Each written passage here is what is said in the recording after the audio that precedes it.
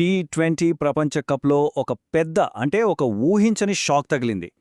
Cricket ప్రపంచంలోనే ఒక పెద్దన్నలాంటి జట్టు ఆస్ట్రేలియా టోర్నమెంట్ నుంచే బయటకు వెళ్లిపోయే ప్రమాదంలో పడిపోయింది. అయితే ఇంత స్ట్రాంగ్ టీం ఆస్ట్రేలియా ఈ ఎలిమినేషన్ అంచుకు ఎలా వచ్చింది? అసలు ఈ టోర్నమెంట్ ఫేవరెట్స్లో ఒకటైన ఆసీస్ పతనానికి కారణాలేంటో ఇప్పుడు వివరంగా చూద్దాం. సరే, కథలోకి వెళ్లే ముందు ఈ మ్యాచ్ జరగటానికి ముందున్న పరిస్థితి ఏంటో మనం ఒకసారి అర్థం చేసుకోవాలి. ఎందుకంటే శ్రీలంకతో జరిగిన ఈ మ్యాచ్ ఆస్ట్రేలియాకు చాలా చాలా కీలకం. వాళ్ల వరల్డ్ కప్ భవిష్యత్తే దీనిపై ఆధారపడి ఉంది. అయితే ఈ పరిస్థితి ఉన్నట్టుండి రాలేదు. అంతకుముందే టోర్నమెంట్లో జింబాబ్వే చేతిలో చాలా దారుణంగా ఊహించని విధంగా ఓడిపోయారు. ఆ ఓటమే ఆసీస్ను ఇంత పెద్ద ప్రెషర్లోకి నెట్టేసింది. అంటే ఇది మామూలు లీగ్ మ్యాచ్ కాదు. టోర్నమెంట్ ఫేవరెట్లలో ఒకటైన ఆస్ట్రేలియాకు ఇది ఒక రకంగా డూ ఆర్ డై మ్యాచ్ అన్నమాట. గెలిస్తేనే ముందుకెళ్తారు, లేదంటే ఇంటికే.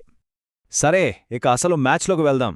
ఆస్ట్రేలియా బ్యాటింగ్ ఇన్నింగ్స్ చూస్తే ఒకే మ్యాచ్లో రెండు పూర్తి భిన్నమైన కథలు కనిపిస్తాయి మనకు. చూడండి, ఆస్ట్రేలియా ఇన్నింగ్స్ మొదలైన తీరు అద్భుతం. అస్సలు ఓపెనర్లైతే చెలరేగిపోయారు, పరుగుల వరద పారించారంతే. కాని ఆ తర్వాత జరిగిందే అస్సలు నమ్మలేని విషయం. మొత్తం జట్టు అలా ఒక పేకమేడలా కూలిపోయింది. ట్రావిస్ హెడ్, మిచ్ మార్ష్ ఇద్దరు కలిసి ఏకంగా 104 పరుగుల భారీ ఓపెనింగ్ పార్ట్నర్షిప్ ఇచ్చారు. ఆ జోరు చూస్తే స్కోర్ ఈజీగా 200 దాటేస్తుందని అందరూ అనుకున్నారు. కాని ఎప్పుడైతే ఫస్ట్ వికెట్ పడిందో అక్కడితో కథ మొత్తం మారిపోయింది. వాళ్లు వేసుకున్న బలమైన పునాది క్షణాల్లో కూలిపోయింది.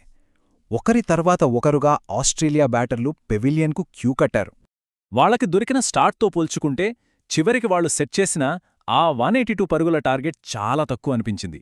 నిజంగా ఒక గోల్డెన్ ఆపర్చునిటీని మిస్ చేసుకున్నారు. ఇక కథ రెండో భాగంలోకొస్తే శ్రీలంక చేజింగ్ మొదలైంది.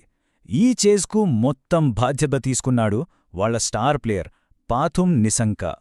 ఇవి శ్రీలంకకు అంత ఈజీ టార్గెట్ ఏం కాదు. గెలవాలంటే వాళ్ల సొంత గడ్డపై ఒక హిస్టరీ క్రియేట్ చేయాలి. ఇప్పటిదాకా ఎప్పుడూ చేజ్ చెయ్యనంత పెద్ద స్కోర్ని చేజ్ చేయాలి. ఈ సవాలే వాళ్ల విజయాన్ని ఇంకా గొప్పగా మార్చింది. He chasing hero Pathum Nissanka. అతని మాటల్లోనే తెలుస్తోంది అతని ఫోకస్ అంతా వ్యక్తిగత రికార్డుల మీద కాదు, టీం గెలుపు మీదే ఉందని. నిస్సంక ఇన్నింగ్స్ ఎంత డేంజరస్గా సాగిందో ఈ నంబర్లే చెబుతున్నాయి. కేవలం 52 బంతుల్లోనే 100 పరుగులు, అందులో 10 ఫోర్లు, 5 సిక్సర్లు. ఆస్ట్రేలియా బౌలింగ్ను అతను ఒంటి చేత్తో చిత్తకొట్టేశాడు. ఇక చివరికి నిస్సంక అద్భుతమైన ఇన్నింగ్స్తో శ్రీలంక చాలా ఈజీగా గెల్చేసింది. ఇది కేవలం గెలుపు కాదు, ఒక సంపూర్ణ ఆధిపత్యం. ఇక చివరగా ఈ ఓటమితో ఆస్ట్రేలియా వరల్డ్ కప్ ప్రయాణం ఎంత ప్రమాదంలో పడిందో ఒకసారి చూద్దాం. సరే, ఈ రిజల్ట్ వల్ల ఏమైందంటే చాలా సింపుల్. శ్రీలంక అయితే సూపర్ 8లో ప్లేస్ కన్ఫర్మ్ చేసుకుంది. కానీ ఆస్ట్రేలియా పరిస్థితి ఏంటంటే వాళ్ల క్వాలిఫికేషన్ ఇక వాళ్ల చేతుల్లో లేదు. ఇప్పుడు వాళ్ళు వేరే టీమ్స్ గెలుపోటములపై ఆధారపడాల్సిన పరిస్థితి వచ్చింది. ఆస్ట్రేలియా కెప్టెన్ మిచ్ మార్ష్ మాటల్లోని బాధ ఈ ఓటమి ఎంత పెద్దదో చెబుతోంది. వాళ్లు ఎంత నిస్సహాయంగా ఫీలవుతున్నారో ఈ మాటల్లోనే మనకర్థమవుతోంది. కాబట్టి ఈ ఓటమి మన ముందు ఒక పెద్ద ప్రశ్నను ఉంచుతోంది. ఇది ఆస్ట్రేలియా క్రికెట్కు కేవలం ఒక చిన్న ఎదురుదెబ్బ మాత్రమేనా, లేక ఒక గొప్ప శకం ముగింపుకు ఇది ఆరంభమా?